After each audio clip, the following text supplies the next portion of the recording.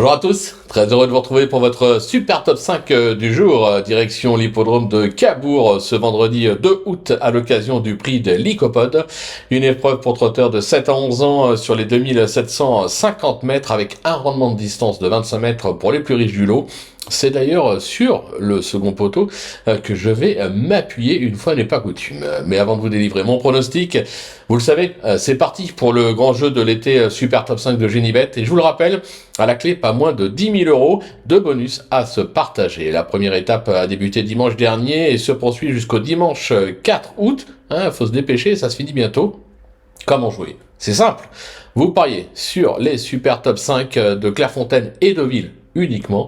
Vos paris gagnants vous font cumuler des points et pour les 200 premiers du classement, c'est 1500 € de bonus à se partager. Pour toute info et bien sûr s'inscrire, rendez-vous sur genibet.fr en allant sur la page dédiée et cliquez sur le bouton je participe au grand jeu de l'été Super Top 5 ou sur l'onglet promo. N'oubliez pas de vous inscrire. N'hésitez pas également de vous abonner à notre chaîne sur laquelle vous pouvez notamment me retrouver tous les jours au travers de mes cotes à cotes pour la réunion principale et d'aller vous balader bien sûr sur les réseaux sociaux. Vous pourrez retrouver le prono de Flo Gautreau. Allez, sans plus attendre, je vous délivre mon pronostic et vous restez bien avec moi jusqu'à la fin de l'émission pour connaître mes impasses. En tête, le numéro 12, Hoche, suivi du 10, Goldorak, le 11, Hasard d'érable, le numéro 5, Emilio Piergi, ce sera pas le cheval de tout le monde celui-là, le numéro 14, Ulysse Diego, et enfin le numéro 6, Gigi des 9 clos. On passe à l'analyse, c'est parti avec ma pépite, le numéro 12, Hoche, qui a déjà montré d'incontestables moyens avec déjà 14 succès à son actif. Se protéger de Rodolphe Lagalac affiche 100% de réussite dans cette catégorie, avec notamment un récent succès sur ce parcours en rendant déjà les maîtres. Sur sa lancée, je pense qu'il doit pouvoir doubler la mise. Mon coup de cœur, ce sera le numéro 10, Goldorak, ça va rappeler des souvenirs à certains, même s'il a franchement déçu ces derniers temps. Cet élève de Vincent Lebarque ne doit pas être condamné trop vite. Il s'est souvent bien comporté sur cette piste sur laquelle il compte déjà 2 succès et 4 accessites dans les 5 premiers. Benjamin Rochard, qui l'a déjà mené au succès, est de retour aux commandes, décidé. Je pense qu'il est capable justement de se rappeler à notre bon souvenir.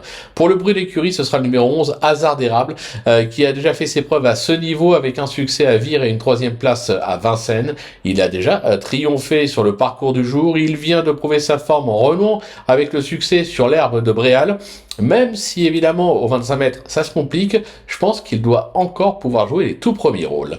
Mon repéré, alors ça sera le numéro 5, Emilio Piergi. Alors très en verve depuis le début de l'année, ce protégé de Franck Blandin a enregistré pas moins de 4 succès et 5 accessites pour 15 sorties cette saison. Alors ce sera une première pour lui sur le tracé de Cabourg, mais il se plaît corde à droite, même s'il a surtout l'habitude de briller plutôt en amateur. Je me dis que vu le lot, en étant bien engagé, difficile de l'écarter pour une petite place. Mon coup de poker, le 14, Ulysse Diego, même s'il vient de décevoir, il a maintes fois prouvé qu'il avait le niveau d'une telle épreuve, avec notamment un succès et une 3e place sur l'hippodrome d'Anguin. Il a fait ses preuves à droite, notamment sur cette piste, sur laquelle il affiche une victoire et 2 accessites en 4 tentatives, soit 80% de réussite, avec le bon parcours, lui aussi à sa place sur le podium. Et enfin, ma petite trouvaille, le numéro 6, Gigi des 9 clos, sans être un foudre de guerre, cette pensionnaire de Sébastien Pillon affiche toutefois quelques bonnes sorties depuis ses débuts, notamment sur ce type de tracé.